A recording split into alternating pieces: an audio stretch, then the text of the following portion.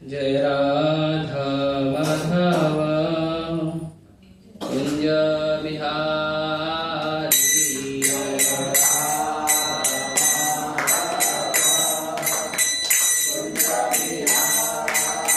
जय राधा माधव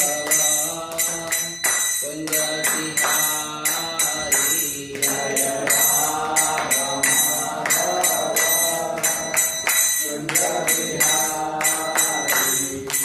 गोपी जन वल्लभ गिरिवरधारी गोपी जन वल्लभ गिरिवरधारी जय गोपी जन वल्लभ गिरिवरधारी जय गोपी जन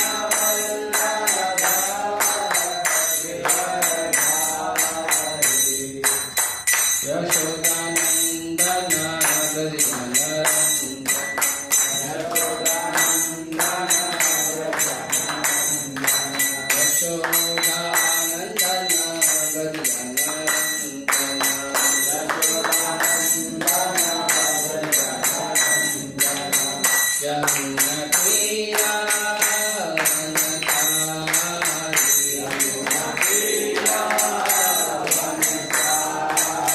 Janu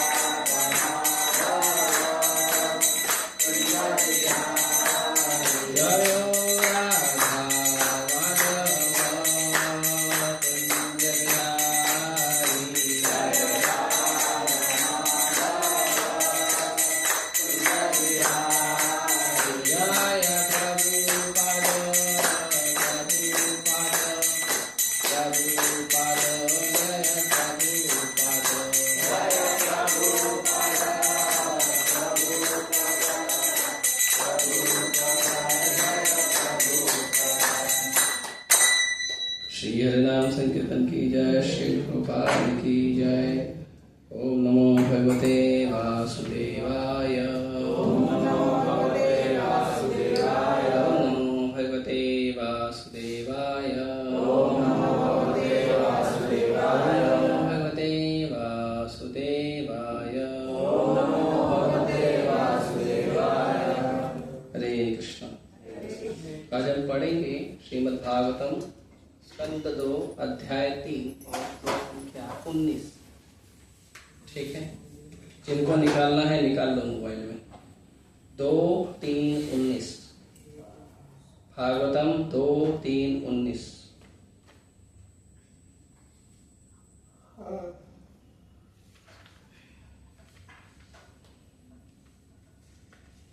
ओके, निकाल लिए? नहीं निकाले?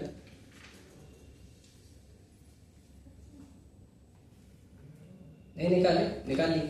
Good, very good. जिन्होंने निकाला वेरी गुड, जिन्होंने निकाला उनको ओनली गुड, बाद में निकालना।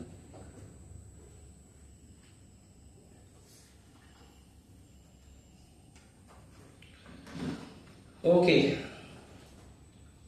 तो मेरे साथ रिपीट करिए। स्वविद्वराहुष्ट खरे संस्तुतः पुरुषः पशुः न यत्कर्ण पठे पठोपेतो जातु नाम गदाग्रजः।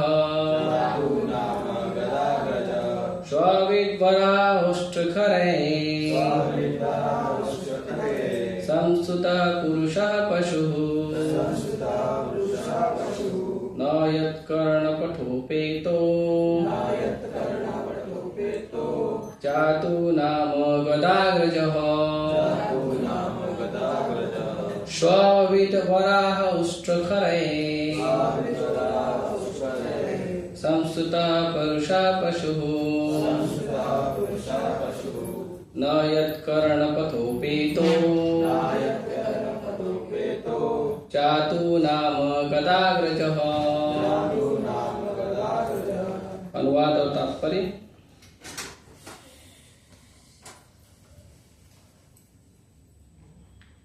प्रभुपाद जी द्वारा, प्रभुपाद की कुत्तों, सुअर, सूकरों, ऊंटों तथा गधों जैसे पुरुष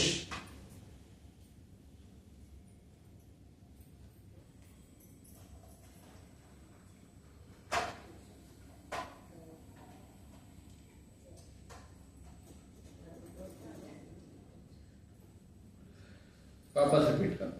कुत्तों, सूकरों, ऊंटों तथा गधों जैसे पुरुष उन पुरुषों की प्रशंसा करते हैं जो समस्त बुराइयों से उद्धार करने वाले भगवान श्री कृष्ण की दिव्य लीलाओं का श्रवण कभी नहीं करते। ठीक है, आप लोग रिपीट करिए मेरे साथ।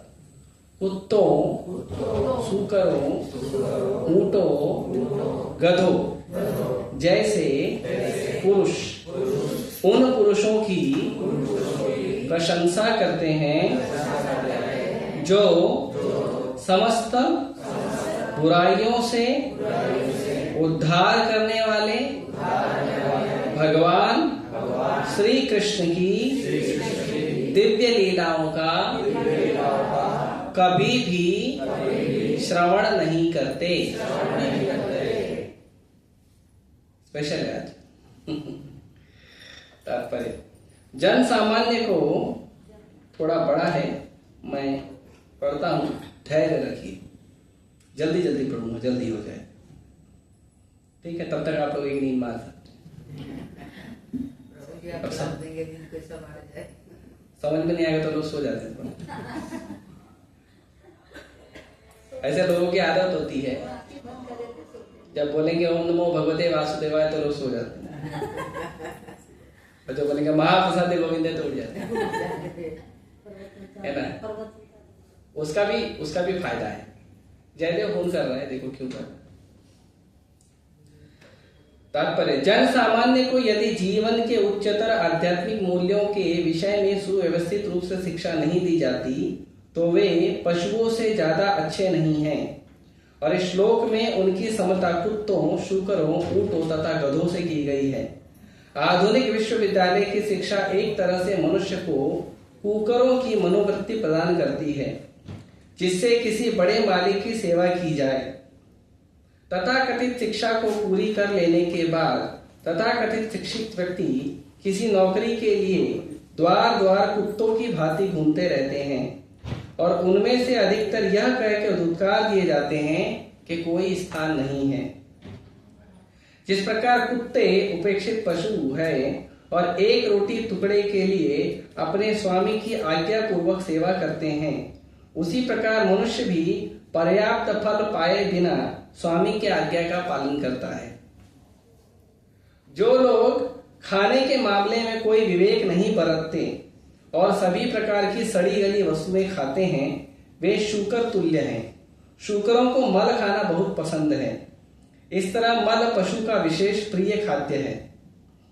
इसी तरह कुछ पशु या पक्षी पत्थर तक खाते हैं, किंतु मनुष्य सभी तरह की वस्तुएं खाने के लिए नहीं बना है। वह तो अन्न, शाक, फल, दूध, चीनी इत्यादि खाने के लिए आया है। पशु आहार मनुष्यों के लिए नहीं है। ठोस भोजन चबाने के लिए मनुष्य में विशेष प्रकार के दांत होते हैं, जिससे वह फल तथा शाक काट सकता है। मनुष्य को 2 कुक्कुर दांत भी दिए गए हैं। कुक्कुर दांत इसको क्या बोलते हैं? Canine teeth. इंग्लिश में क्या बोलते हैं? Canine teeth. You don't know, ठीक है? किसी को पता है इसको क्या बोलते हैं? इसको कुक्कुर दांत बोला है। चलो ठीक है। इसमें आवाज क्यों कम आ रहा है? जोर से बोल रहा हूँ, थोड़ा माइक नजदीक बात ना ले। इसको कैनाल टीथ बोलते हैं, कुक्कुर दांत हिंदी में। जिनसे कुछ ऐसे लोगों की थोड़ी छूट मिल सके जो किसी हाल में सामिष्ट भोजन करने वाले हैं। यह सबों को ज्ञात है कि एक मनुष्य के लिए जो भोजन है वही दूसरे मनुष्य के लिए विष भी हो सकता है। मनुष्यों से अपेक्षा की जाती है कि वे भगवान श्री कृष्ण को अर्पित भोज के बचे खुचे अंश को ग्रहण करेंगे और भगवान पत्र, पुष्प, फल आदि ग्रहण करते हैं। भगवद गीता 9:26। वैदिक शास्त्रों में कहा गया है कि भगवान को कभी पशु आहार अर्पित नहीं करना चाहिए। अतएव मनुष्य विशेष प्रकार का भोजन करने के लिए है। उसे तथाकथित विटामिनों की पूर्ति के लिए पशुओं का अनुकरण नहीं करना चाहिए। अतएव जो व्यक्ति भोजन के मामले में विवेक से काम नहीं लेता, उसे शूकर मतलब सुअर, वराह, शूकर तुल्य बताया गया है। ऊंट ऐसा पशु है जो कटीली वस्तुएं खाने से आनंदित होता है। जो व्यक्ति पारिवारिक जीवन या तथाकथित भोग का सांसारिक जीवन बिताना चाहता है, उसकी तुलना ऊंट से की गई है।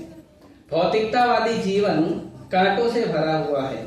अतएव मनुष्य को चाहिए कि वैदिक अनुष्ठानों की संस्तुति विधि के अनुसार जीवन यापन करे, जिससे बुरे से बुरे सौदे से भी सर्वोत्तम लाभ लिया जा सके। भौतिक जगत में अपना ही खून चूसकर पालन पोषण करना होता है। भौतिक भोग का आकर्षण केंद्र विषयी जीवन है। विषयी जीवन का भोग अपना खून चूसना होता है और इस प्रसंग में अधिक कहने की आवश्यकता नहीं है। ऊंट भी कटीली टहनियां चबाते समय अपना रक्त चूसता है। ऊंट जिन कटीली टहनियों को खाता है, वे उसकी जीभ को काट देती है और उसके मुंह के भीतर खून आने लगता है। रक्त के साथ मिलकर कांटे मूर्ख ऊंट के लिए स्वाद उत्पन्न कर देते हैं और वह झूठे आनंद के साथ कांटे खाने में लगा रहता है। इसी प्रकार बड़े बड़े व्यापारी और उद्योगपति जो विभिन्न साधनों से या संदेहास्पद साधनों से धन कमाने के लिए कठोर परिश्रम करते हैं, वे अपने ही रक्त से मिश्रित अपने कर्मों का कटीला फल खाते हैं। इसलिए भागवत में इन रुग्ण पुरुषों की गणना ऊंटों के साथ की गई है। गधा ऐसा पशु है जो सबसे बड़े मूर्ख के रूप में विख्यात है। गधा कठिन श्रम करता है और खुद के लिए बिना किसी लाभ के भारी से भारी बोझ ढोता है। सामान्यतया धोबी गधे को रखता है जिसकी सामाजिक स्थिति सम्मानजनक नहीं होती, और गधे की यह सबसे बड़ी विशेषता यह है कि गधी द्वारा उसे दुलत्ती मारे जाते रहने पर वह उसका अभ्यस्त हो जाता है। जब गधा मैथुन के लिए ललचाता है तो गधी दुलत्ती चलाती है। दुलत्ती मतलब लात मारना, और दुलत्ती मतलब दो लात मारना। फिर भी गधा मैथुन के लिए उसके पीछे पीछे लगा रहता है। अतएव स्त्री के गुलाम मनुष्य की तुलना गधे से की जाती है। जन सामान्य इस कलयुग में विशेष रूप से अत्यधिक श्रम करते हैं। इस युग में मनुष्य गधे के कार्य में लगा रहता है। वह भारी बोझा उठाता है और ठेला तथा रिक्शा खींचता है। मानव सभ्यता के तथाकथित विकास ने मनुष्य को गधे के कार्य में लगा रखा है। बड़ी बड़ी फैक्ट्रियां तथा कार्यशालाओं में भी श्रमिक गण ऐसे भारी काम में लगे रहते हैं और दिन भर कठिन श्रम करने के बाद फिर से बेचारे मजदूर को घर पर न केवल काम सुख के लिए अपितु अनेक घरेलू कार्यों के लिए उसकी स्त्री लतियाती है। प्रभुपाद जी ने आप लोग मेरे को दोष मत देना। तो क्लास में माता ही गिर लगी क्या रही बोलता। अतएव श्रीमद् भागवत द्वारा आध्यात्मिक प्रकाश से रहित सामान्य मनुष्य को कुकरों, शुकरों, ऊंटों तथा गधों की श्रेणी में रखा जाना अतिशयोक्ति पूर्ण नहीं है। भले ही ऐसे अज्ञानी समूह के नेता तमाम कुकरों तथा शुकरों द्वारा पूजित होने के लिए गर्वित हों, किंतु यह कोई सम्मान नहीं है। भागवत तो खुला घोषित करता है कि कोई व्यक्ति भले ही ऐसे कुकरों शुकरों के वेश में मनुष्यों का नेता हो, किंतु यदि उसे कृष्ण के विज्ञान से अवगत होने में अभिरुचि नहीं है तो ऐसा नेता भी पशु के अतिरिक्त और कुछ नहीं है। उसे शक्तिशाली प्रबल पशु या बड़ा पशु कहा जा सकता है, किंतु श्रीमद् भागवत के अनुसार उसे अपने नास्तिकतावादी स्वभाव के कारण मनुष्य की कोटि में कभी नहीं रखा जा सकता, अथवा दूसरे शब्दों में कुकरों शुकरों जैसे व्यक्तियों के ईश्वर विहीन नेता पशुओं से भी बढ़ के हैं, जिनमें पाशविक गुणों का अनुपात अधिक है। अब इस पर चर्चा करें।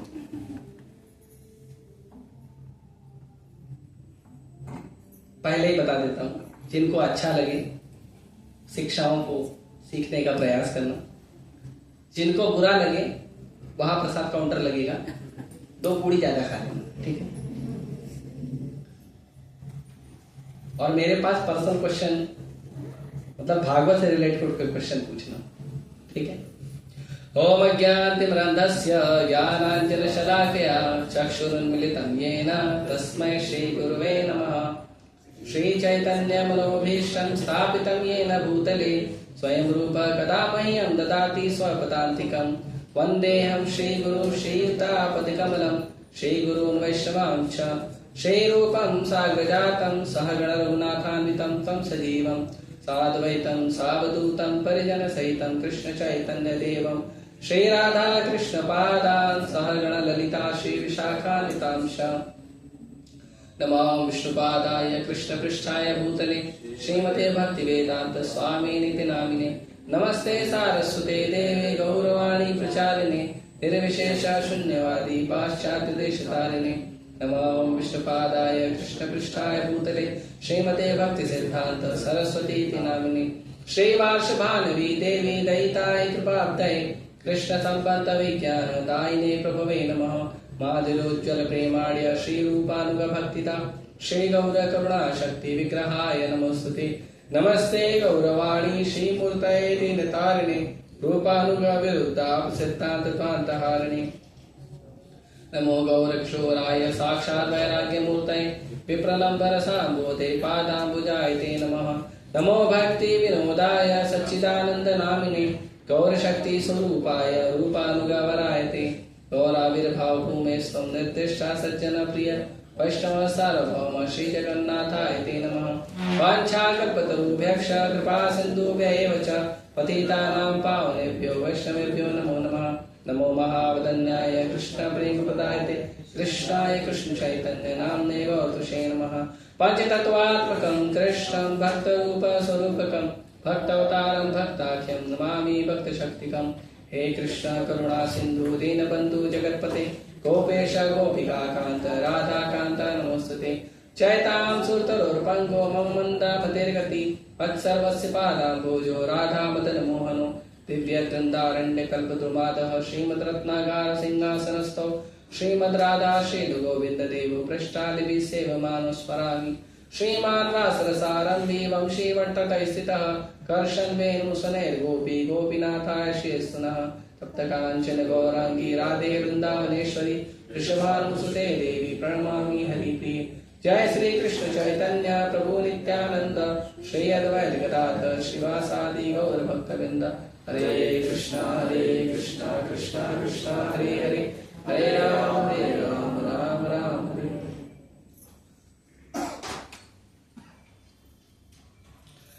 हरे कृष्ण। तो मैं प्रभुपाद जी का लेक्चर सुन रहा था 2 दिन पहले तो उसमें प्रभुपाद जी बता रहे थे कि भक्ति जो है वो मनुष्य का धर्म है, पशु का धर्म नहीं है। तो मैंने सोचा इस पे थोड़ा चर्चा करना चाहिए। फिर मैंने इसके बारे में श्रीमद् भागवतम में थोड़ा ढूंढने का प्रयास किया तो मुझे श्लोक भी मिल गया कि ये बताने के लिए कि भक्ति, कृष्ण भक्ति जो है वो मनुष्य का धर्म है, पशु का नहीं। और आज का जो श्लोक हम चर्चा कर रहे हैं, इस श्लोक में बताया जो गया है उसमें बताया गया है कि जो लोग कृष्ण भक्ति नहीं करते हैं वो लोग, इसमें स्पेशली कृष्ण भगवान का नाम लिया गया। भगवान कृष्ण का एक नाम है गदाग्रज। भगवान के एक भाई हैं, उनका नाम है गदा। भगवान कृष्ण के एक भाई हैं, उनका नाम है गदा।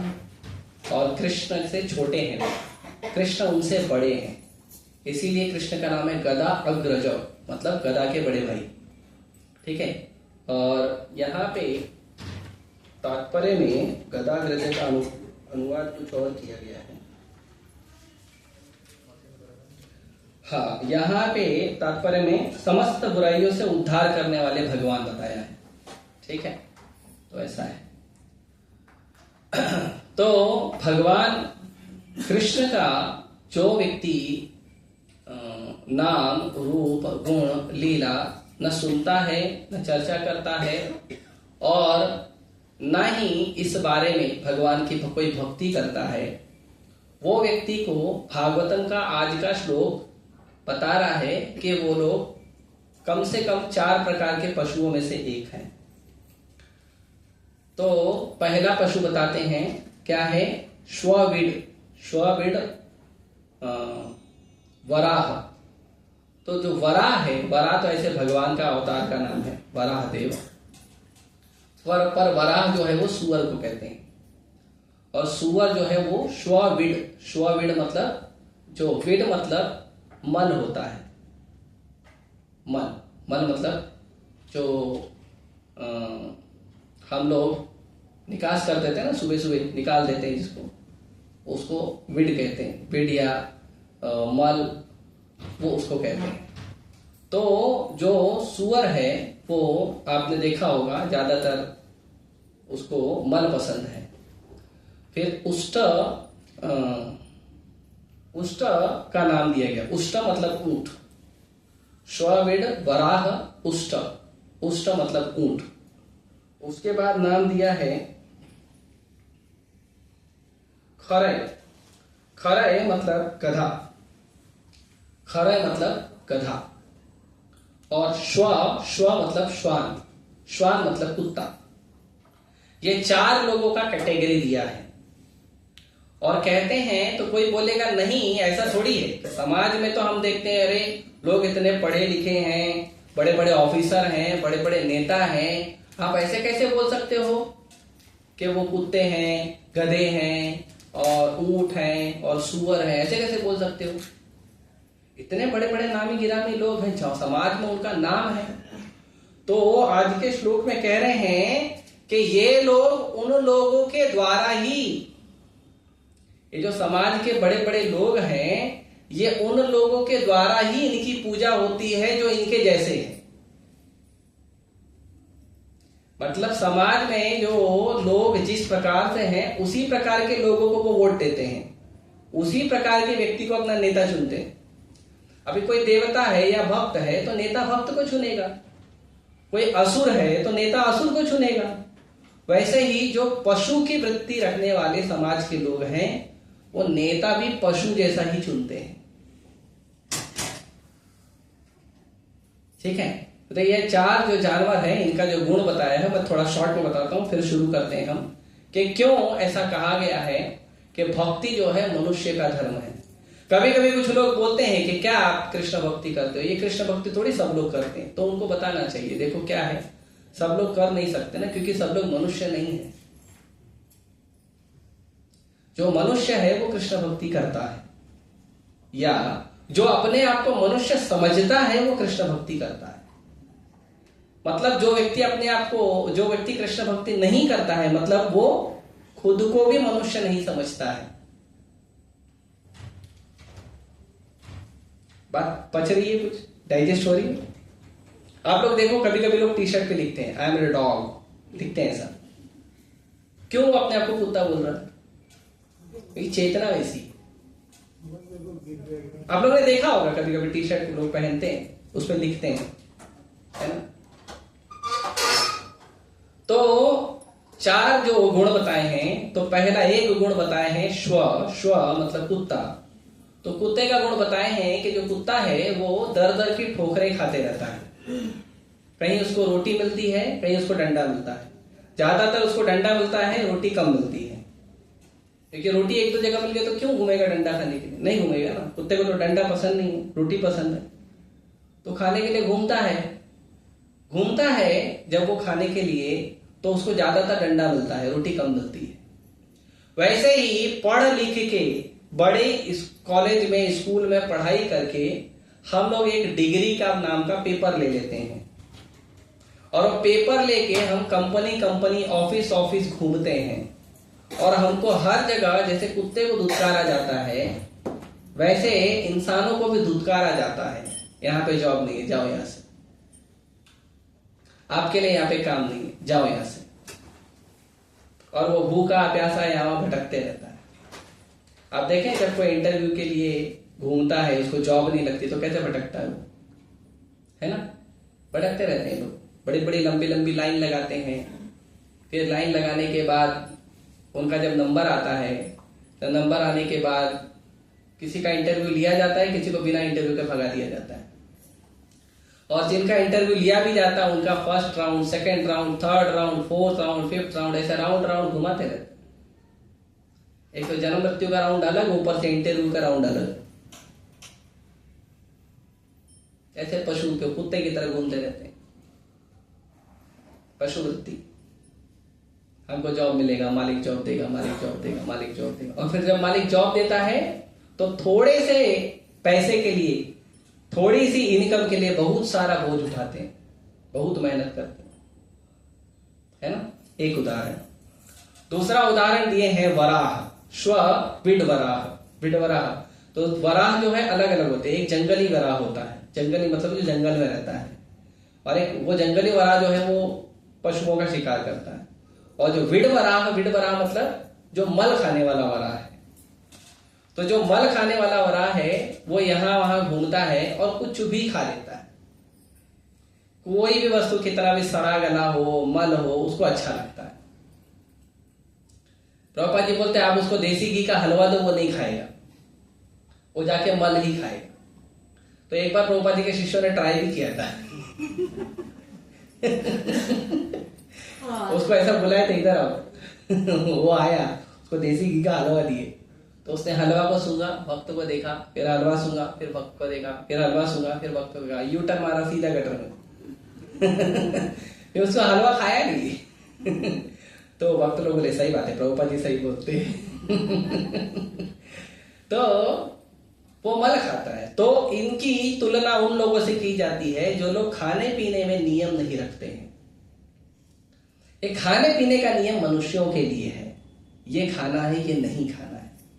उसमें भी खास करके क्या खाना है, जो ताजा वस्तु है वो खाना है, ताजा ताजा भोजन खाना चाहिए, है ना। अभी आजकल हम लोग का सबका आदत है, ऑलमोस्ट सबके घर में फ्रिज हो गया है। पहले लोग ताजा ताजा मार्केट से लाते थे, उसी दिन बनाते थे, खत्म हो गया। और अगर दूसरे तो थोड़ा पानी वानी मार के दूसरे दिन यूज करते थे। 1 महीना के लिए फ्रिज में नहीं रखते थे। अब बोलते फ्रिज में तो ताजा रहता है, प्रभु जी यस ताजा रहता है, लेकिन उसके अंदर बहुत सारे इलेक्ट्रॉनिक जो वाइब्रेशन है वो घुस जाते हैं, वो सूक्ष्म होते हैं, पता नहीं चलता। उसके बाद हम लोगों को ब्रेड पसंद है, पाव पसंद है ना। वो आप देखोगे उसके ऊपर 2-2, 3-3 दिन का डेट होता है, वो ताजा खाना होता ही नहीं है,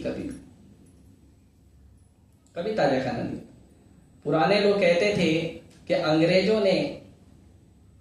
अंग्रेजों ने जो ब्रेड और पाव है वो 2 लोगों को खिलाना शुरू किया, एक इंडियन और एक कुत्ते, उनके लिए शुरू किया, ऐसा पुराने लोग कहते थे, मैं सुना हूं। तो हम लोगों को आदत लगा दी है पाव खाना, ब्रेड खाना, सब ताजा तो रहता नहीं है, तुरंत हमारा रोटी तो गरम गरम रोटी की। हमारे घर में सुबह रोटी बनती तो हम शाम को नहीं खाते, और जो पाव खरीद के लाते हैं, ब्रेड खरीद के तो पूछते हो अभी बनाए क्या, नहीं पूछते।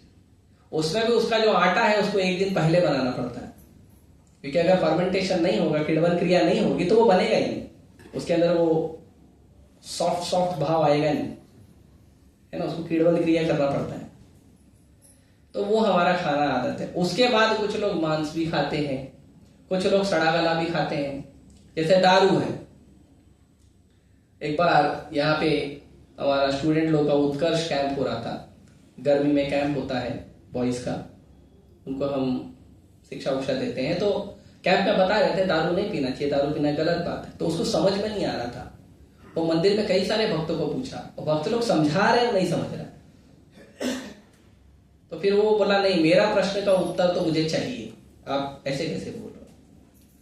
तो एक भक्त लाया मेरे पास, तो बोला प्रभु जी उसको कई सारे भक्त समझाए, वो समझा नहीं। बोला ठीक है, उसको उसकी स्टाइल में समझना है, इसके लिए नहीं समझा, उसको उसकी स्टाइल में समझाएंगे।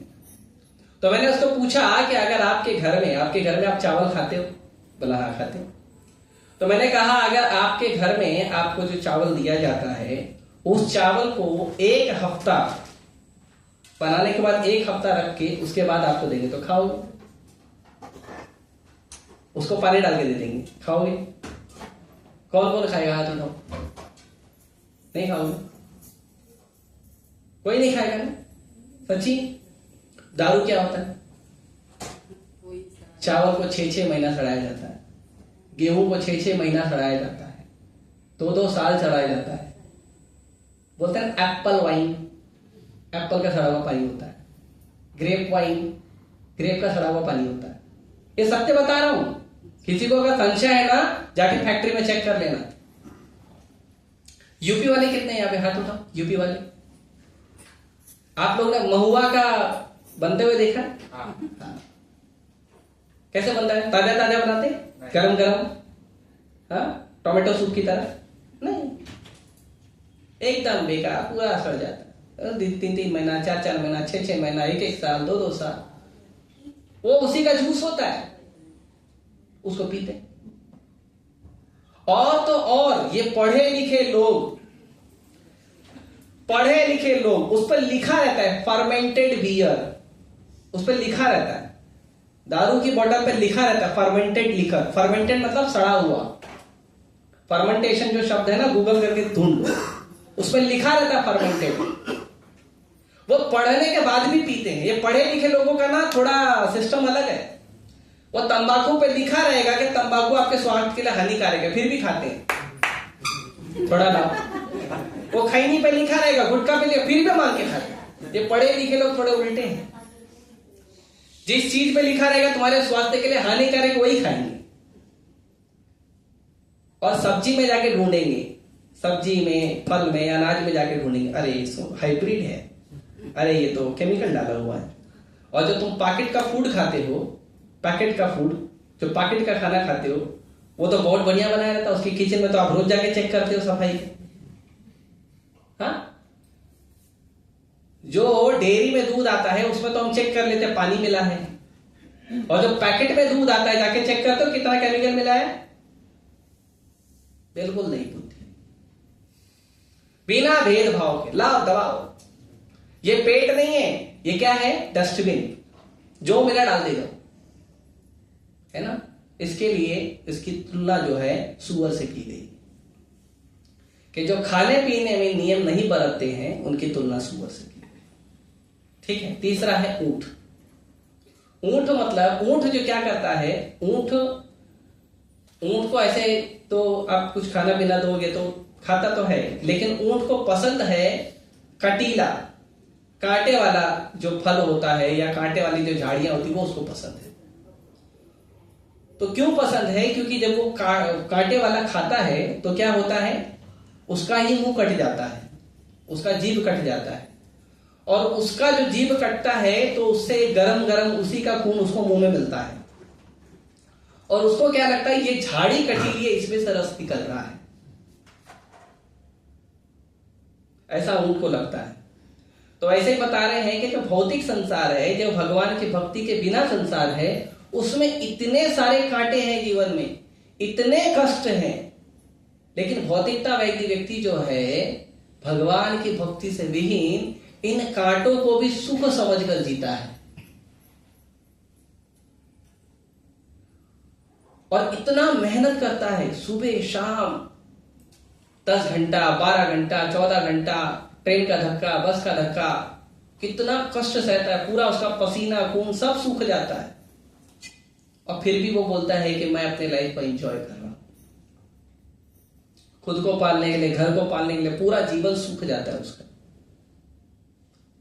अपना ही जो रक्त है उसी का पान करता है। वो बोलता है ना, खून पसीने की कमाई है, तो खून पसीने की ही कमाई खा रहे हो ना। किसका खून पसीना है? खुद का, खुद का खून पसीना खा रहे हो। और खून कौन खाता है खुद का? ऊंट। ठीक है। चौथा, मैं ज्यादा नहीं बोलूंगा इस पे झगड़ा हो जाएगा ठीक है। तो श्वविद उष्ट खरय, गधा। गधा जो है बहुत मेहनत करता है। गधे को थोड़ी सी घास कहीं भी मिल जाएगी, कहीं भी थोड़ी सी घास गधे को मिल जाएगी, लेकिन गधा का जो मालिक है वो उसको दिन भर काम कराता है और रात में उसको थोड़ी सी घास देता है। और गधे को लगता है कि मैंने जो इतना मेहनत किया ना, मेरे स्वामी का सेवा किया ना, उसकी वजह से मेरे को ये घास मिली है। और दूसरा उदाहरण देते, ये खासकर गधों में होता है कि गधा जब गधी के पीछे भागता है तो गधी उसको बहुत मारती है, उसको दुलत्ती मारती है। दुलत्ती मतलब आपको पता है, जो गधे होते हैं वो सामने से वार नहीं करते, वो पीछे के पैर से मारते हैं। तो जब वो गधी के पीछे जाता है तो मार खाता है, तो बार बार बनाने का। और जब मार खाता है ना तो क्या बोलता है पता है? देखो कितना प्यार करती है, अपना समझती है, तभी तो मारी। ये भौतिक समाज में भी ऐसे ही होता है। अरे हम तुमको अपना कहते हैं इसीलिए तो गुस्सा करते हैं, अपना कहते हैं इसीलिए तो मारते हैं, कोई पराये को मारता है क्या? तुम तो अपने हो ना। वो गधा ऐसे सोचता है, गधा सोचता है देखो मेरे को अपना समझती है इसीलिए मार रही है। तो ऐसे ही भौतिक संसार में भी व्यक्ति जो है वो घर में जाता है, दिन भर काम करके मेहनत करके बोझा ढो के जाता है, और घर में जाता है और घर में भी बहुत सुनता है ना। पहले तो घर में जाते ही लिस्ट आ जाती है उसके पास, ये लाना, ये लाना, ये लाना, ये लाना। पानी पीने के लिए भी सांस लेने के पहले उसके सामने लिस्ट आ जाती है, और वो पूरा नहीं किया दिए हुए टाइम पीरियड में तो दुलत्ती मिलती। पुरुषों का एक्सपीरियंस होगा, गृहस्थों का, मेरा तो नहीं है, मैं शास्त्र पढ़ के बोल रहा हूं, लेकिन मेरे कुछ गृहस्थ बंधु बताते हैं कि दुलत्ती तो पड़ती है, पैर से नहीं शब्द से पड़ती, लेकिन पड़ती जरूर है। और आजकल का सीन तो बहुत डेंजर है। आजकल हम देख रहे हैं जितनी न्यूज आ रही है, आदमी बचता ही नहीं है, सीधा पैक हो जाता है ना। तो इसके लिए 4 उदाहरण दिए हैं कि जो व्यक्ति भगवान कृष्ण का भक्ति नहीं करता है वो ऐसा है। अब क्यों ऐसा कह रहे हैं, तो श्रील प्रभुपाद जी बताते हैं कि धर्म का मतलब होता है ड्यूटी। धर्म का मतलब होता है ड्यूटी, कर्तव्य। ड्यूटी और कर्तव्य का मतलब होता है no other option, you have to do. You have to do नहीं, you must have to do. आपके पास कोई दूसरा रास्ता है नहीं, आपको करना ही पड़ेगा, दूसरा रास्ता नहीं है। कर्तव्य का मतलब वो होता है, कर्तव्य नहीं करने को काम चोरी कहते हैं। कर्तव्य तो पूरा करना ही पड़ेगा, है ना। तो आपको कंपल्सरी करना है, उसको बोलते हैं कर्तव्य।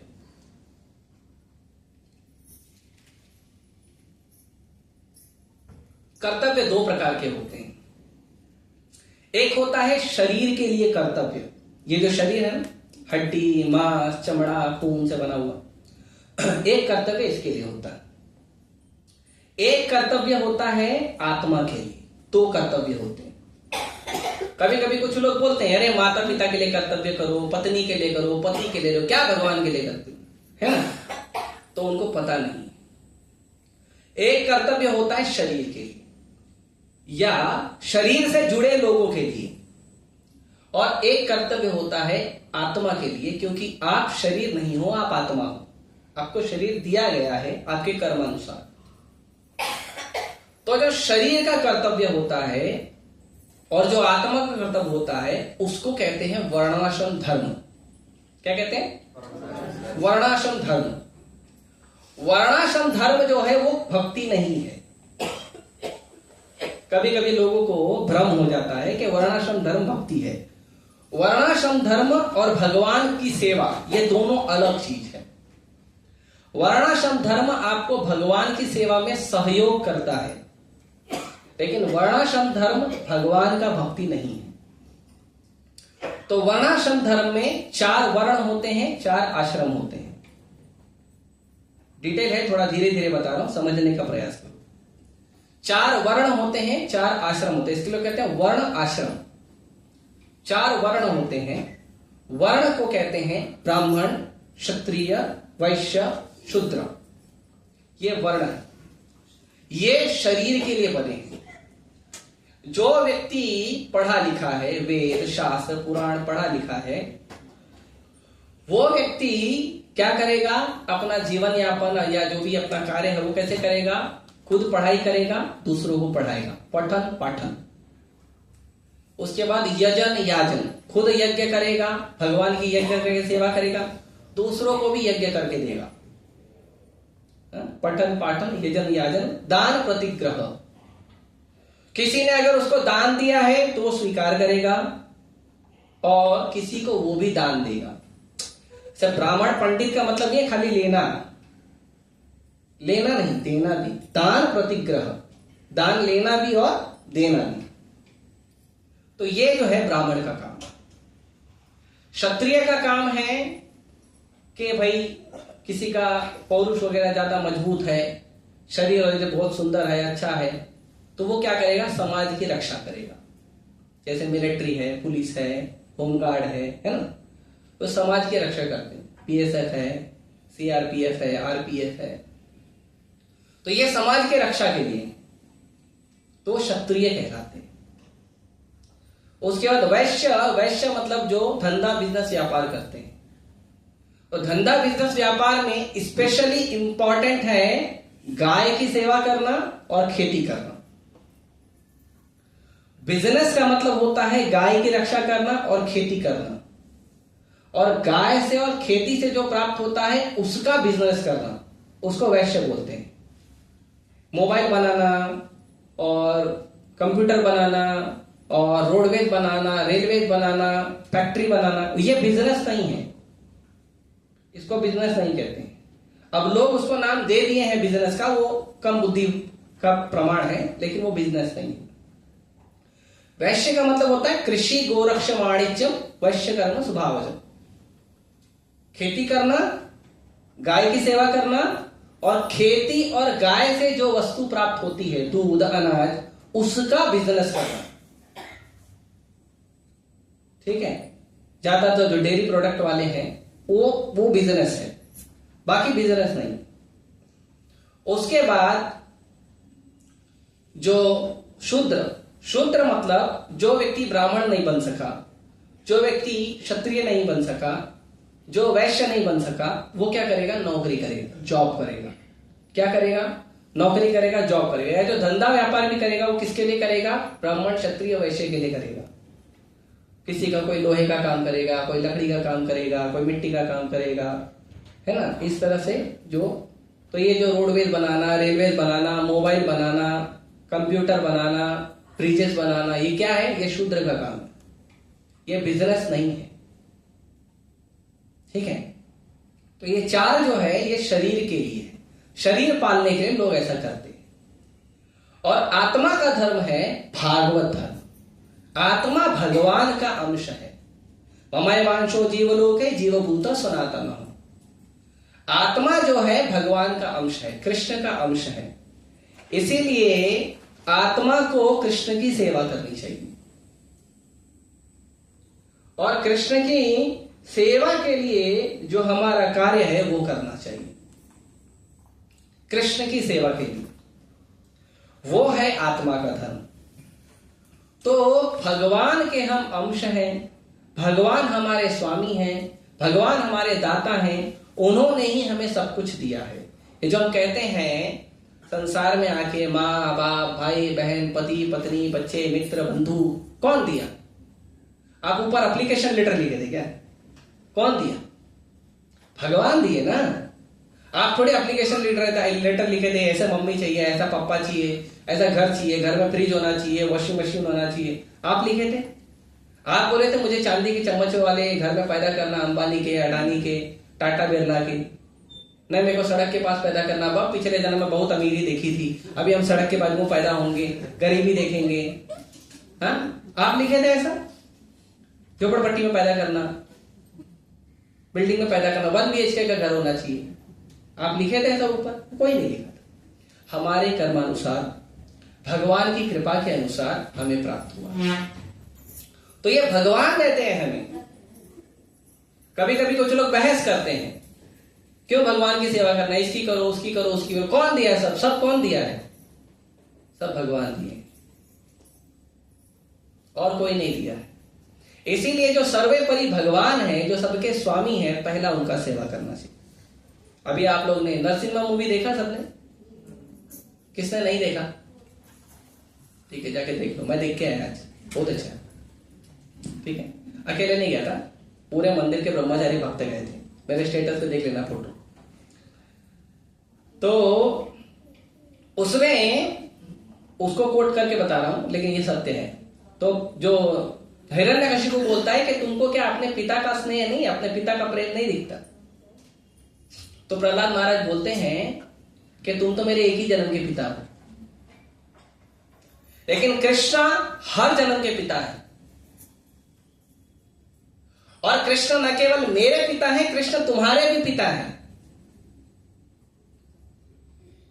ये बात लोग भूल जाते हैं। कभी कभी लोग माता पिता का डायलॉग जब यूज करते हैं तो बोलते हैं हम तुम्हारे माता पिता हैं। ठीक है, आप हमारे माता पिता हो, लेकिन फिर भी कृष्ण हमारे पिता है, और कृष्ण तुम्हारे भी पिता हैं। तो अगर तुम कहते हो कि माता पिता के लिए कर्तव्य होना चाहिए, तो तुम्हारा भी कर्तव्य होना चाहिए, कृष्ण की सेवा करो।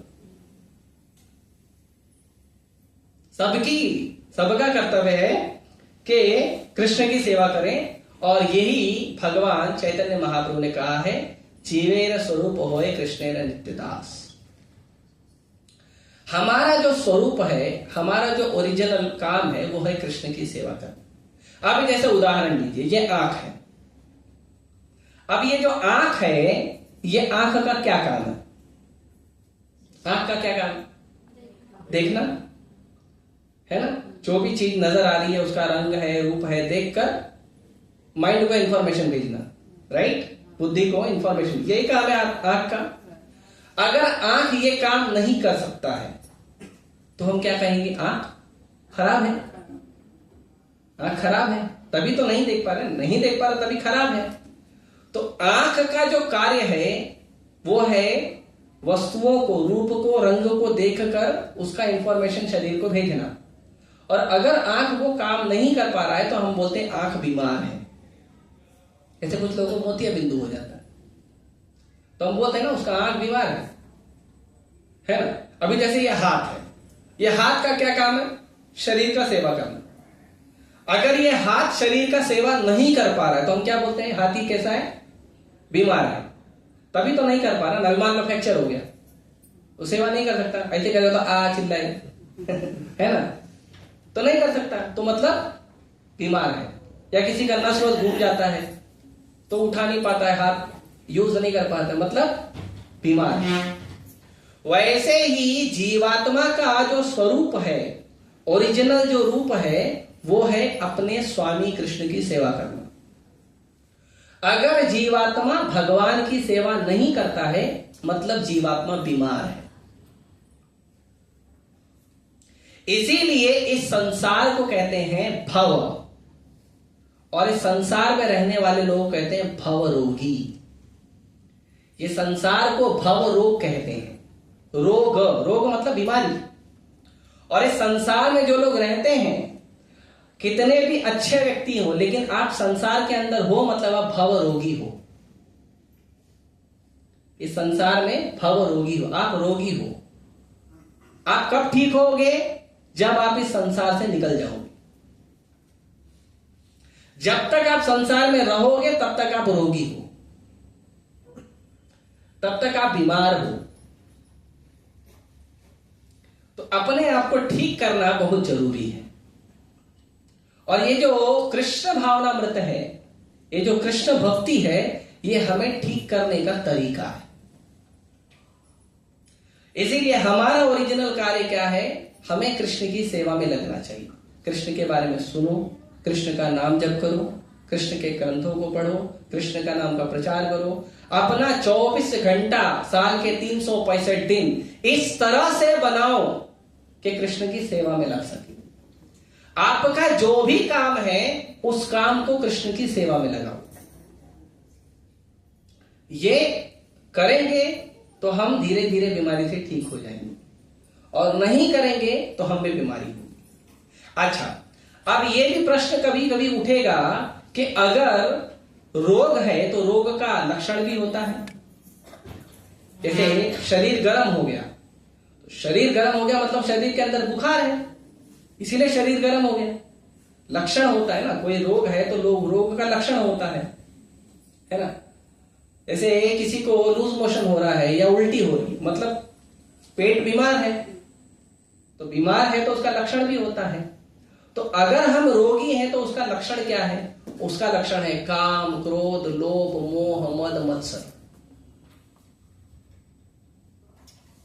हम बीमार हैं, उसका लक्षण है अगर हमें काम हमें सताता है, हम क्रोधित हो जाते हैं, हम लोभ लालच में पड़ जाते हैं, मोह, हम संसार के लोगों से मोह बना लेते हैं, जो पता नहीं 10 साल 20 साल 30 साल 50 साल कितना दिन रहने वाले हैं पता नहीं, उनसे मोह बना लेते हैं। और जो सत्य सनातन निरंतर भगवान हमारे साथ रहते हैं उनको छोड़ देते हैं। ये मोह, लोभ, मोह, मद, कोई थोड़ा सा हमारे पास पोस्ट पोजीशन पैसा आ गया तो अहंकार हो जाता है, और मत्सर और ईर्ष्या होती है अगर नहीं मिला तो। ये जो क्या है, ये बीमारी का लक्षण है। अब अगर कोई व्यक्ति बोलेगा नहीं मैं तो बीमार नहीं हूं, मैं तो अच्छा भक्त हूं, तो आप चेक कर लो। जिस व्यक्ति में जितनी कम मात्रा में ये लक्षण है वो व्यक्ति कम बीमार है, और जिस व्यक्ति में ये लक्षण ज्यादा है वो ज्यादा बीमार है। और अगर कोई हिरण्यकशिपु और हिरण्याक्ष की तरह है तो उसको ट्रीटमेंट करने के लिए खुद हॉस्पिटल के सुपरिटेंडेंट को आना पड़ता है, और वो है भगवान विष्णु। वो खुद आके उसको ट्रीटमेंट करते हैं, ओपन हार्ट सर्जरी, है ना। पर ऐसा हार्ट निकाल के देखते भी, देखा क्या नहीं? हाँ। तो भगवान खुद आते हैं उसका ऑपरेशन करने। तो अगर आप चाहते हो आपका ऑपरेशन स्वयं भगवान करें, तो आप संसार में पड़े रहो, रोग बढ़ाते रहो, एक दिन आएंगे विष्णु। कल्कि तो आ ही जाएंगे, है ना। कल्कि के तलवार की जो धार है वो आपको स्पर्श करेगी, फिर आप शुद्ध हो जाएंगे, ठीक है। तो इस तरह से हमारा कर्तव्य बहुत जरूरी है। तो जीवात्मा का कर्तव्य है भगवान की सेवा करना। जैसे अर्जुन का कर्तव्य क्या था? लड़ाई करना। कर्तव्य अलग अलग होते हैं। ब्राह्मण का कर्तव्य पठन पाठन यजन याजन दान प्रतिग्रह। क्षत्रिय का कर्तव्य है लड़ाई करना, समाज की रक्षा करना। और वैश्य का कर्तव्य है कृषि गोरक्षम वाणिज्यम। और शूद्र का कर्तव्य है परिचर्यात्मकम कर्म शूद्र कर्म स्वभावजम। सबकी सेवा करना, सेवक भाव रखना। कलयुग में 99% लोग शूद्र हैं, या ऑलमोस्ट 100% लोग शूद्र हैं। शूद्र का सिंपल मतलब होता है नौकरी करना, जॉब करना। आजकल कोई व्यक्ति अपना खुद का काम नहीं करना चाहता। ब्राह्मण का काम, क्षत्रिय का काम, वैश्य का काम या बिजनेस नहीं खोलना चाहता। क्या करेगा? पढ़ लिख के पढ़ेगा MBA, master in business administration. उसका मतलब वो पढ़ाई क्यों बनाया गया था पता है? ताकि आप पढ़ लिख के एक धंधा खोलोगे, नौकरी खोलोगे, बिजनेस बनाओगे। और MBA की डिग्री लेके जाता है और बोलता है नौकरी दे दो। बुद्धि देखो कितनी हमारी छोटी हो गई है। पढ़ाई करते हैं धंधा करने का, बिजनेस करने का, व्यवसाय करने का, और पढ़ाई पूरी होने के बाद जाके बोलते हैं नौकरी दे दो। ऐसे ट्रेन किया जाता है हमें स्कूल में, कॉलेज में, समाज में। ऐसे हमें ट्रेनिंग दी गई है बहुत अच्छे तरीके से, और हर जगह ये ट्रेनिंग है, हर जगह ये ट्रेनिंग है। अगर आपके पास कोई छोटा मोटा धंधा है, बड़ा पाव, समोसा पाव, चाय के दुकान का, दूध का, पेपर का, कोई धंधा है, लोग आपको सम्मान नहीं देंगे। भले आप उसके अंदर महीने का लाख रुपए कमाओ, लोग आपको सम्मान, दूध वाला, पान वाला। हाँ। और आप शर्ट पैंट इस्त्री मार के कंपनी में जाके काम करो, भले वो आपको महीने का 15,000 दे। अरे ऑफिसर है भाई। भले वो ऑफिसर के नाम पे जाके बॉस का दिन रात गाली खा रहा हो। होता है ऐसा। उसको बोलते हैं ऑफिसर है भाई, ऑफिस में जाता है, टिप टाप बन गया, ऑफिस में जाता है, टिप टाप बन के ऑफिस में जाता है, ऑफिस में टाप टाप खाता है। हम भुक्तभोगी हैं, इसीलिए बता रहा हूं। मेरा भी वैसा ही जीवन था एक समय पे। बहुत टाप टाप हो गया तो बोला भैया क्षमा करो, आप नहीं करता है। तो वैसे ही हमारा स्वरूप भी है, हमारा स्वरूप है भगवान का सेवा करना। कोई भी जीवात्मा हो, और उसमें भी स्पेशल चैतन्य महाप्रभु ने हम लोगों को कृपा किया है। चैतन्य महाप्रभु ने क्या है कहा है कि भारत भूमिते मनुष्य जन्म हैलया। स्पेशली जिनका भारत भूमि में मनुष्य का जन्म हुआ है, स्पेशली। ऐसे तो सभी मनुष्य के लिए सही है, लेकिन भगवान कहते हैं भारत भूमिते मनुष्य जन्म हैलया। भारत भूमि में अगर तुम्हारा मनुष्य का जन्म हुआ है तो जन्म सार्थक करी कर पर उपकार।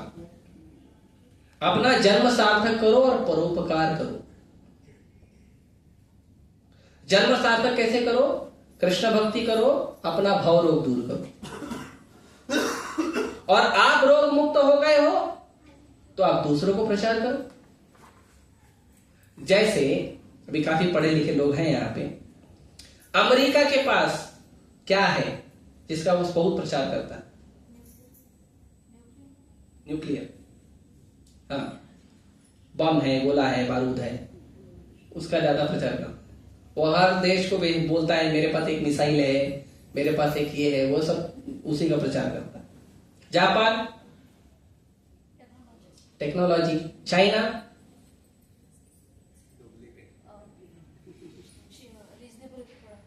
रीजनेबल प्रोडक्ट, कम दाम में, अच्छा पता नहीं अच्छा है कि नहीं, तो चले तो चांद तक, नहीं तो रात तक, वो हिसाब होता है। फिर भी ऐसे हर देश के पास कुछ ना कुछ वस्तु है, कुछ ना कुछ हर देश ने बनाया है कि हमारा ये प्रोडक्ट है, बहुत अच्छा है। ऐसे जर्मनी है, जर्मनी की मशीनें वगैरह, कार वगैरह बहुत अच्छी, ऑटोमोबाइल है ना। हर देश ने कुछ ना कुछ बनाया। भारत ने क्या बनाया? कुछ नहीं। हमको जरूरत ही नहीं है, हम क्यों बनाए? अरे अमेरिका वाला बना रहा है, जर्मनी वाला बना रहा है, ये दुनिया बना रहा है, हम सिर्फ यूज करने के लिए हैं, हम बनाने के लिए नहीं है। प्रभुपाद जी बोलते हैं कि ये जो अमेरिकन लोग आए हैं आपके भारत में, अमेरिकन आते हैं ना, विदेशी लोग आते हैं, अमेरिकन, यूरोपियन, ऑस्ट्रेलियन, अलग अलग देशों से रशियन लोग आते हैं ना भारत में, क्या देखने आते हैं? क्या आपने अच्छा टेक्नोलॉजी बनाया है? नहीं। वो लोग आकर्षित होते हैं आपकी भारत की कृष्ण भक्ति की सभ्यता को देखकर। जाओ देख लो, सारे धाम भरे पड़े विदेशियों से। हरिद्वार चले जाओ, बनारस चले जाओ, केदारनाथ, बद्रीनाथ, जगन्नाथपुरी, मायापुर, रामेश्वरम, हर जगह कोई धाम चले जाओ, आपको हर धाम में विदेशी लोग भरे भरे मिलेंगे। क्या करने आते हैं वो ये शिक्षा लेने आते हैं जो भारत में है, दुनिया में और कहीं नहीं है। अपना जन्म सार्थक करने की शिक्षा केवल भारत के पास है, दुनिया में सबके पास नहीं है। दुनिया में लोगों के पास है पशु की तरह जीवन कैसे जीना चाहिए, फैक्ट्री कैसे लगाना चाहिए, कंपनी कैसे बनाना चाहिए, उसका बुद्धि सबके पास है। जितने भी विदेशी संस्थान है सबके पास है, जितने भी विदेश हैं सबके पास है, कोई ना कोई चीज उनके पास बनाने का है। आहार, निद्रा, भय, मैथुन, ये 4 चीज करना, खाना खाना, सोना, अपनी सुरक्षा करना और परिवार पालन करना, ये इसके अंदर है ना। भारत के बाहर जितने भी देश हैं सब बहुत विकसित है। शरीर को एक अच्छा फैसिलिटी कैसे देना चाहिए, कपड़ा धो के हाथ धो गया, वॉशिंग मशीन मिल जाएगा, आपको मसाला पीसने के लिए मिक्सर मिल जाएगा, झाड़ू पोछा मारने के लिए लंबा डंडा वाला झाड़ू पोछा मिल जाएगा।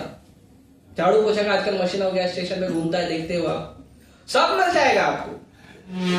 लेकिन अगर उनको पूछो कि मनुष्य जन्म सार्थक कैसे करना है, वो उनको नहीं पता।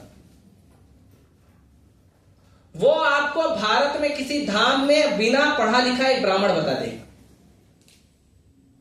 कि मनुष्य जन्म सार्थक करना है हरि नाम लेके, हरे कृष्णा कृष्णा कृष्णा हरे हरे, हरे राम राम राम हरे हरे। एक साधारण सा भारत का बच्चा बता देगा कि आपको मनुष्य जीवन सार्थक करना है तो भगवान का नाम जप करो। उन लोगों को भी भगवान ने दिया फैसिलिटी, बाइबल दिया, कुरान दिया और बहुत सारे ग्रंथ दिए, फैसिलिटी दिया, लेकिन उनका मन नहीं लगता उसमें, उनका मन नहीं लगता उसमें।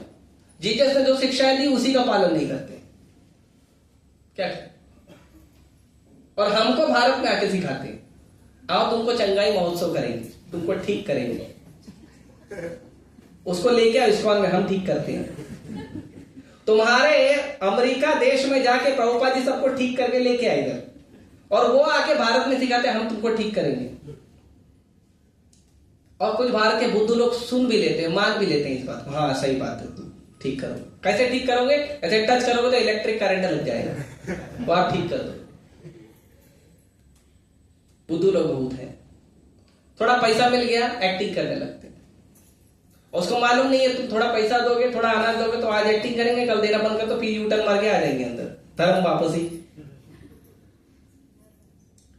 तो उन लोगों को बहुत अच्छे से पता है आहार, निद्रा, भय, मैथुन कैसे करना है।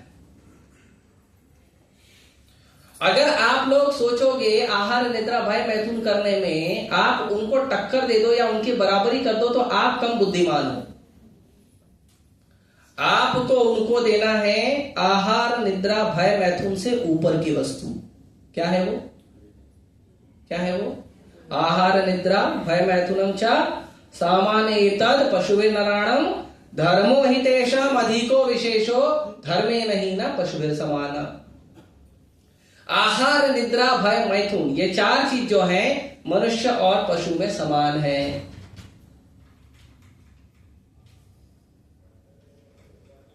स्पेशल क्या है इन सब के अलावा?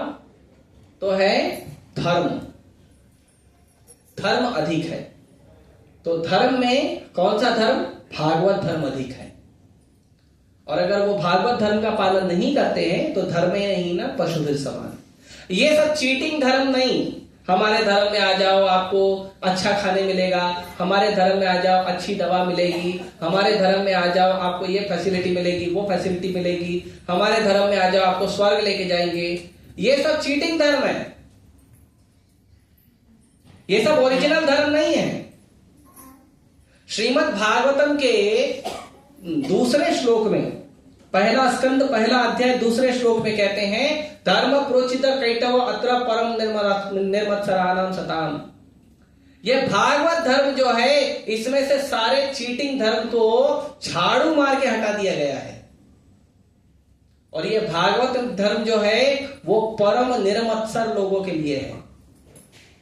परम निर्मत्सर, निर्मत्सर मतलब, मत्सर मतलब ईर्ष्या, चलन, और निर्मत्सर मतलब जिनके हृदय में बिल्कुल ईर्ष्या नहीं है।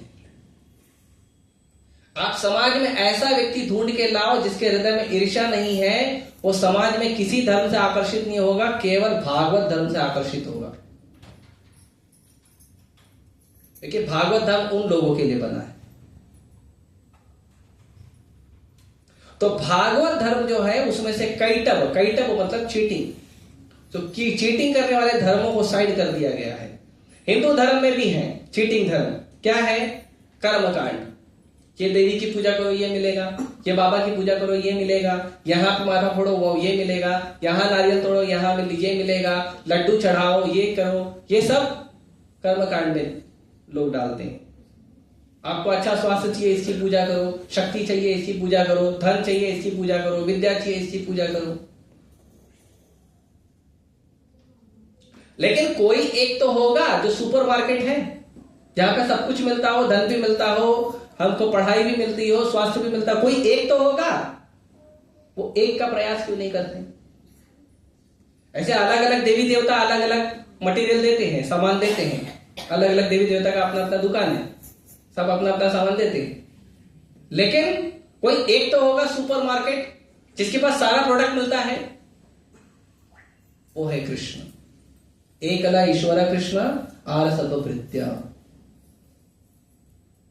केवल कृष्ण है जो सबके ईश्वर है, सबके स्वामी है, बाकी सब उनके दास है। आपको जो वस्तु चाहिए कृष्ण के पास मिल जाएगा और किसी कहीं जाने की जरूरत नहीं। बाकी देवी देवताओं का सम्मान करो, प्रणाम करो, पूजा करो, चलेगा। लेकिन भक्ति केवल अधोक्षज की करनी है। अधोक्षज कौन है? जो हमारे इंद्रियों से परे हैं, जो संसार के हर वस्तु से परे हैं, फिर भी संसार के लोगों पे कृपा बनाए रखते हैं, वो अधोक्षज है। तो इसीलिए ऐसे भगवान अधोक्षज की भक्ति करना वो मनुष्य का कार्य है।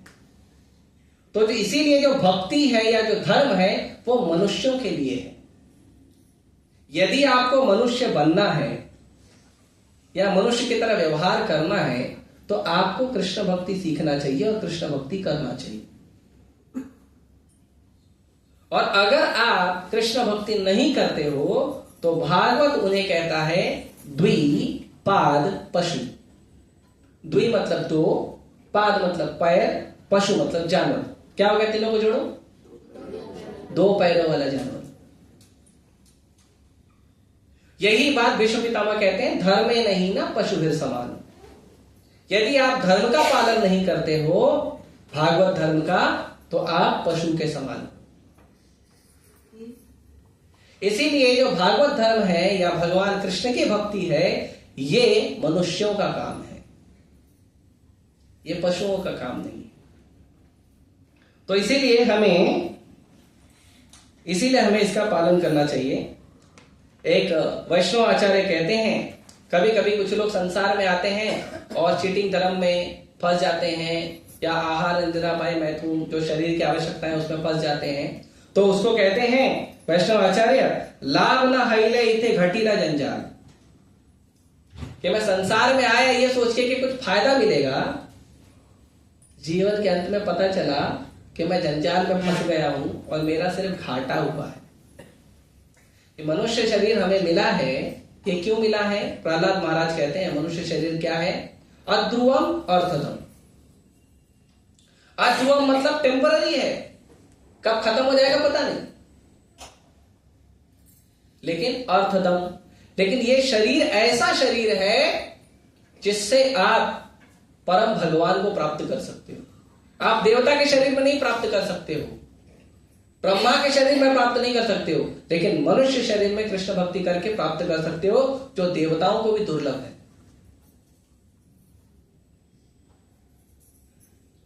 और उसके लिए प्रैक्टिस कब से करना चाहिए? 60 साल की उम्र से कि 70? कब से करना चाहिए? हाँ, यही प्रहलाद महाराज कहते हैं, कौमारम आचरेत प्राज्ञो धर्मान भागवतान यह।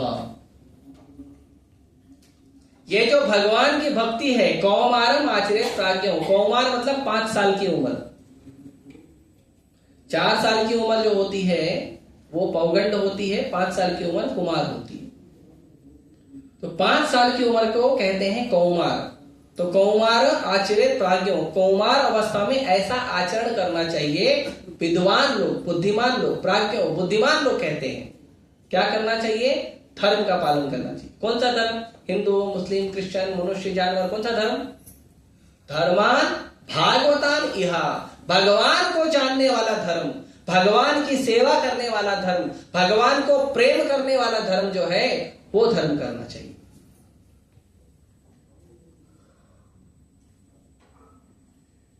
क्यों? दुर्लभम मानुषम जन्म, ये मनुष्य जन्म बहुत दुर्लभ है।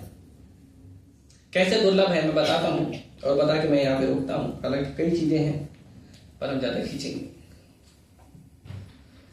थोड़ा टेक्निकल है, प्रयास करिए समझने का। जैसे एक बड़ा तालाब है, ये गोखलेश्वर का एग्जाम्पल है, मैं जस्ट बता रहा हूं। जैसे एक बड़ा तालाब है और एक तालाब में एक गोला जैसा रिंग रखा है, मान लो कोई प्लास्टिक का रिंग रखा हो, तालाब के ऊपर तैर रहा है, और तालाब के अंदर एक मछली है, और वो मछली साल में एक बार ऐसे जंप मारती है ऊपर। तालाब है बड़ा सा, तालाब में एक रिंग है ना, एक रिंग है, मछली जिसके अंदर ऐसे जंप मार सकती है। जैसा डॉल्फिन मछली देखा है ना, रिंग में जंप मारती है, तो पानी के अंदर एक रिंग रखा है, और मछली जो है साल में एक बार ऐसे जंप मारती है पानी के ऊपर। तो क्या संभावना है कि मछली उस रिंग में कितनी बार आएगी? एक साल में, हर साल आएगी? जंप मारेगी तो हर साल थोड़ी आएगी। मछली कहीं भी जंप मारती है, जरूरी नहीं वो रिंग में ही आए। तो तालाब में वो हर जगह जंप मारती है, तो साल में एक बार जंप मारती है। तो ये संभावना है वो 1 साल में भी आ सकती है, 10 साल में भी एक बार आ सकती है, 100 साल में भी आ सकती है, 1000 साल में भी आ सकती है, क्योंकि साल में एक ही बार जंप मारती है ना। तो पानी में तो हर जगह जंप मारेगी, तो जरूरी थोड़ी उसी रिंग में आएगी। इतना दुर्लभ है मनुष्य जीवन प्राप्त करना, वो भी 84 लाख योनियों के बाद। 84 लाख शरीर प्राप्त करने के बाद कभी पशु, कभी पक्षी, कभी कीड़े मकोड़े, कभी देवता, कभी किन्नर, कभी दानव, कभी राक्षस, कभी ब्रह्मा, कभी मुनि, ऐसे करके 84 लाख जन्म के बाद एक बार मनुष्य शरीर मिलता है। उसमें भी भगवान की भक्ति नहीं किया, फिर क्या होगा? तो जो भगवान की भक्ति करता है उसका अगला जन्म मनुष्य का होता है, और जो भगवान की भक्ति नहीं करता है अधोगच्छन्ति तामसा, उसको अधम गति मिलता है, पशु शरीर मिलता है और नीचे के लोकों में जाना पड़ता है। तो इसीलिए बहुत दुर्लभ है। दुर्लभम मानुषम जन्म तद अपि अद्भुतम अर्थदम।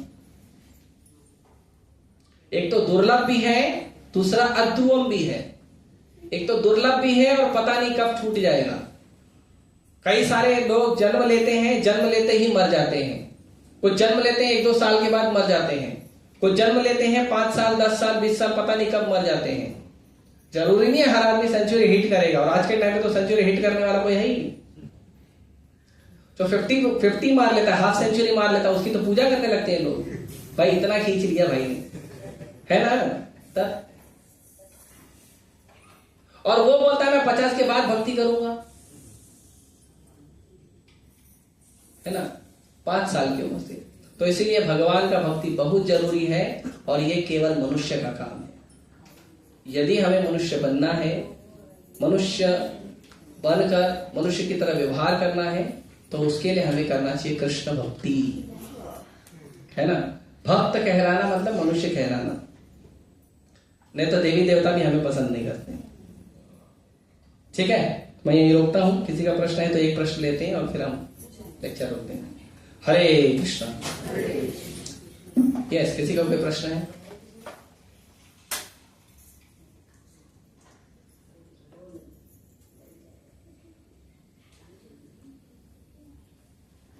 क्या प्रश्न है आपकी?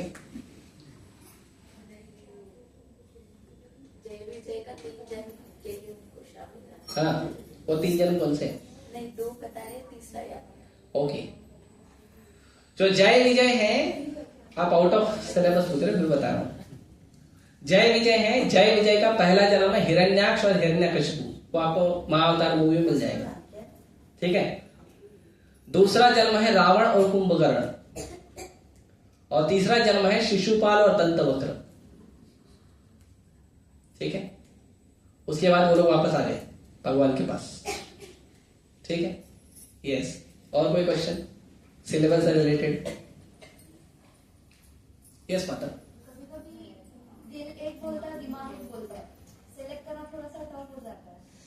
तो भागवत के अनुसार ऐसे टाइम पे हमें पहले पता चल जाता है सही क्या है, कभी-कभी, पर कभी-कभी गलत सिलेक्ट कर लेते हैं। तो उस टाइम पे क्या करते हैं? तो आप किसको फॉलो करते हो, दिल को या दिमाग को, वही difficult हो जाता या है। दोनों को, जब जो ठीक लगे वो? Practical या फिर emotional? इसमें थोड़ा सा- मैं वही पूछ रहा हूँ ना, आज के दुनिया में प्रैक्टिकल दिमाग, मतलब दिमाग का सुनना चाहिए, और इमोशन का नहीं सुनोगे तो फिर कट्टी बट्टी हो जाती है, हस्बैंड वाइफ का डाइवोर्स हो जाता है कंफ्यूजन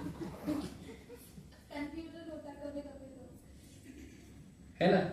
और दिल का सुन लिया तो दिमाग बोलता है पागल है क्या, कहाँ पड़ा हुआ है, करे तो क्या करे। हाँ? तो मन और बुद्धि, मन और बुद्धि जो है उसको कैसे कंट्रोल करना चाहिए, पहले ये समझिए। मन को नियंत्रण में रखना चाहिए, बुद्धि को भी नियंत्रण में रखना चाहिए। मन को नियंत्रण में रखने के लिए है मंत्र, मनः त्रायते इति मंत्र। जो आपके मन को सही मार्ग दिखाए उसको मंत्र कहते हैं। और कलयुग में जो सबसे पावरफुल मंत्र है व्यास देव जी के अनुसार, वो है हरे कृष्णा कृष्णा कृष्णा हरे हरे, हरे राम राम राम हरे हरे। ये जो मंत्र है ये आप जप करिए। आप बिल्कुल नहीं जप करते हो तो कम से कम 1 माला 2 माला से शुरू करिए। उसके बाद बुद्धि को मार्गदर्शन मिलता है ग्रंथों से, भगवान ने दिए हुए नियमों से। भगवत गीता है, भागवतम है, उसको रोज पढ़ना चाहिए। कम से कम आप अगर रोज पढ़ते हो 1 घंटा आधा घंटा तो अच्छी बात है। बिल्कुल समय नहीं है तो कम से कम 10 मिनट तो जरूर पढ़िए। आपने क्या पढ़ाई की है? ग्रेजुएशन किया। 15 साल तो पढ़ाई किया आपने। 15 साल आपने दिया तब जाके आपको वो पढ़ाई मिली जिससे आपको सिर्फ रोटी और कुछ वस्तुएं मिल सकती है समाज में। उससे बुद्धि नहीं मिला आपको। बुद्धि प्राप्त करने के लिए हमें ग्रंथों को पढ़ना चाहिए, भगवत गीता और भागवतम। भगवत गीता को कहते हैं life manual, human life manual. जो मनुष्य जीवन है उस मनुष्य जीवन को अच्छे से कैसे जीना चाहिए ये शरीर को भगवान गीता में बोलते हैं यंत्र रूढ़ानी माया। ये शरीर मशीन है। आप कभी मोबाइल खरीदे हो? मोबाइल के तहत एक छोटी बुक भी मिलती है, हम उसको पढ़ते नहीं, राइट? अगर हम पढ़ के यूज करेंगे तो ज्यादा अच्छा यूज करेंगे मोबाइल को। वैसे ही हमारे मनुष्य जन्म का हालत है। मनुष्य जन्म मिल गया और मनुष्य जन्म को अच्छे से कैसे जीना चाहिए उसके लिए भगवान ने मैनुअल भेजा और हम पढ़ते ही नहीं। इसीलिए हमारा मनुष्य का जीवन कबाड़ हो गया है। तो पढ़ना चाहिए। और मन जो है, मन को कंट्रोल करना सीखना चाहिए। मन के ऊपर होता है बुद्धि। तो अगर आप शास्त्र को पढ़ते हो, भगवत गीता, भागवतम, शास्त्रों को पढ़ते हो, तो बुद्धि ऊपर रहता है, मन नीचे रहता है। तो अगर बुद्धि से मन को कंट्रोल करोगे तो आपका इमोशनल और प्रैक्टिकल दोनों काम एक साथ हो जाएगा। लेकिन अगर आप बुद्धि को शार्प नहीं करोगे, शास्त्र नहीं पढ़ोगे, तो मन कभी बुद्धि के ऊपर जाएगा, कभी बुद्धि के नीचे आएगा। तो जब मन बुद्धि के ऊपर जाता है तो आप इमोशनल हो जाते हो, और जब मन बुद्धि के नीचे आता है तो आप प्रैक्टिकल हो जाते हो। लेकिन वो कभी भी ऊपर नीचे करता है, इसके लिए आप कंफ्यूज हो जाते हो, है ना? इसीलिए बुद्धि हमेशा ऊपर होनी चाहिए, मन नीचे होना चाहिए। और उस बुद्धि को सही दिशा केवल शास्त्रों से मिलता है और कहीं से नहीं मिलता। और ये दोनों को कंट्रोल में रखने के लिए आपको रेगुलर साधना, नाम जप करना, शास्त्र पढ़ना। और इसमें भी डिफिकल्टी आएगी, भाई हम नाम जप करें, कभी मन करता कभी नहीं करता, शास्त्र पढ़ते कभी समझ में आता कभी नहीं आता है। तो क्या करना है?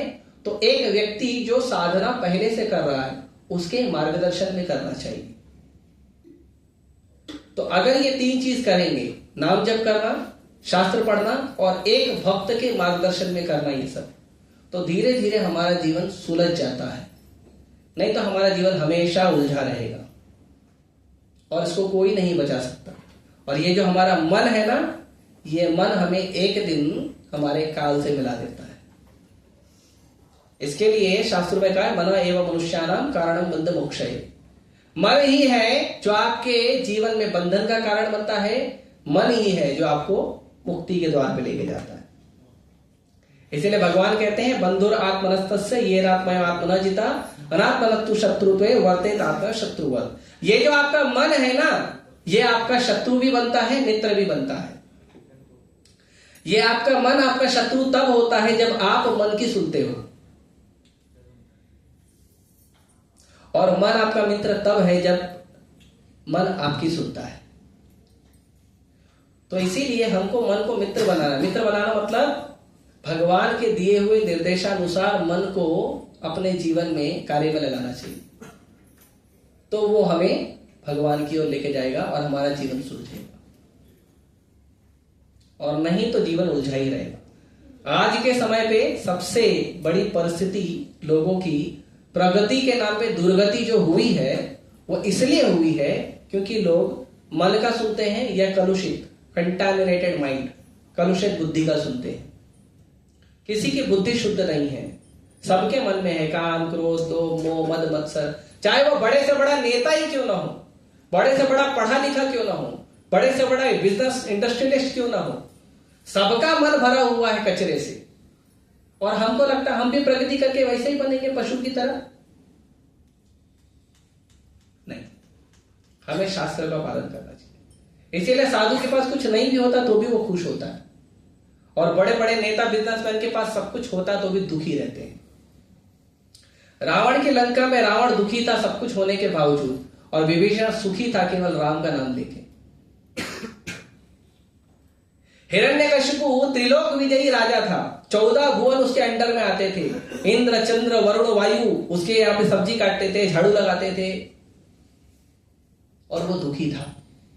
और प्रहलाद महाराज के पास कुछ भी नहीं था, छोटा था, 5 साल का बच्चा, हर रोज मृत्यु का सामना करता था, फिर भी सुखी था। क्यों? क्योंकि नाम का शरण लिया था, शास्त्र का शरण लिया था, भगवान का भक्ति करता था। तो हमारे जीवन में हमें सुखी होना है या नाम के लिए सुखी होना, वो हमको सिलेक्ट करना चाहिए। आज कोई भी सुखी नहीं, सब नाम के लिए सुखी है। सब आते हैं हमारे पास अपना अपना दुख सुनाने के लिए, ठीक है? हरे कृष्ण। श्रीमद्भागवतम की जय, श्रील प्रभुपाद की जय। हरे कृष्ण। जल्दी जल्दी नरसिंह